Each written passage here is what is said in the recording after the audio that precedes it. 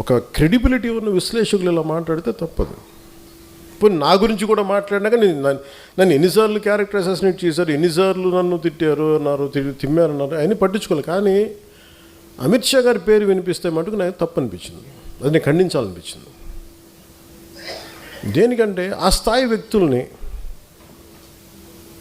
కశ్మీర్ని article 370 రద్దు చేయించి అలాంటి పరిస్థితుల్ని హ్యాండిల్ చేసిన వ్యక్తి, వెస్ట్ బెంగాల్ని అసలు దేశంలో ఉంటుందా లేదా భవిష్యత్తులో ఉన్న దాంట్లో నుంచి దేశాన్ని దాన్ని బయటికి తీసుకొచ్చిన వ్యక్తి, అలాంటి వ్యక్తి గురించి తేలిగ్గా మాట్లాడేస్తే మరి స్థానికంగా ఉన్న ఆంధ్రప్రదేశ్ బీజేపీ నాయకులకి ఎంత బాధ ఉందో నాకు తెలియదు. కానీ ఎందుకంటే ఇద్దరే మాట్లాడారు అమిత్ షా గారి గురించి మాట్లాడితే. ఇంతమంది ఎమ్మెల్యేలు ఉన్నారు, ఎంపీలు ఒక్కళ్ళు మాట్లాడాల, ఖండించలా.